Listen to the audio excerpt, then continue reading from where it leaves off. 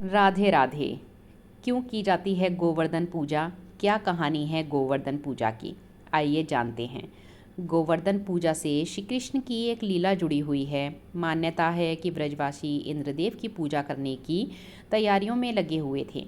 सभी पूजा में कोई भी कमी नहीं छोड़ना चाहते थे, इसलिए अपनी सामर्थ्य अनुसार सभी इंद्रदेव के लिए प्रसाद और भोग की व्यवस्था में लगे हुए थे। यह सब देखकर श्री कृष्ण ने अपनी माँ यशोदा से सवाल किया कि आप किसकी पूजा की तैयारियां कर रहे हैं।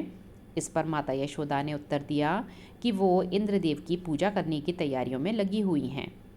मैया ने बताया कि इंद्र वर्षा करते हैं और उसी से हमें अन्न और हमारी गायों के लिए घास चारा मिलता है। यह सुनकर श्री कृष्ण जी ने तुरंत कहा, मैया, हमारी गाय तो गोवर्धन पर्वत पर चढ़ती हैं, तो हमारे लिए तो वही पूजनीय होना चाहिए। इंद्रदेव तो घमंडी हैं, वह कभी दर्शन भी नहीं देते। कृष्ण की बात मानते हुए सभी ब्रजवासियों ने इंद्रदेव के स्थान पर गोवर्धन पर्वत की पूजा की। इस पर क्रोधित होकर भगवान इंद्र ने मूसलाधार बारिश शुरू कर दी। वर्षा को बाढ़ का रूप लेते देख सभी ब्रज के निवासी भगवान कृष्ण को कोसने लगे। तब श्री कृष्ण ने वर्षा से लोगों की रक्षा करने के लिए गोवर्धन पर्वत को अपने कानी उंगली पर अर्थात अपनी सबसे छोटी उंगली पर उठा लिया। बाद में सभी गांववासियों ने अपनी गायों सहित इसी पर्वत के नीचे शरण ली।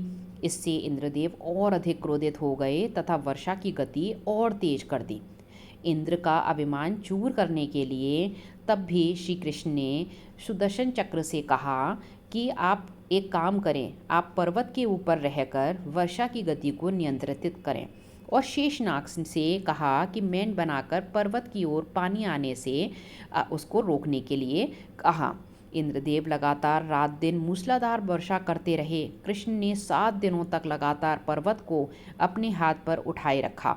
इतना समय बीत जाने के बाद उन्हें एहसास हुआ कि कृष्ण कोई साधारण मनुष्य नहीं है।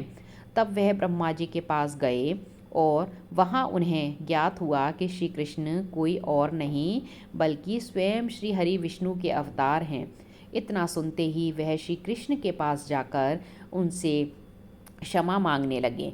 उनसे कहा कि मुझे पता नहीं था कि आप कौन हैं। इसके बाद देवराज इंद्र ने कृष्ण की पूजा की और उन्हें भोग लगाया।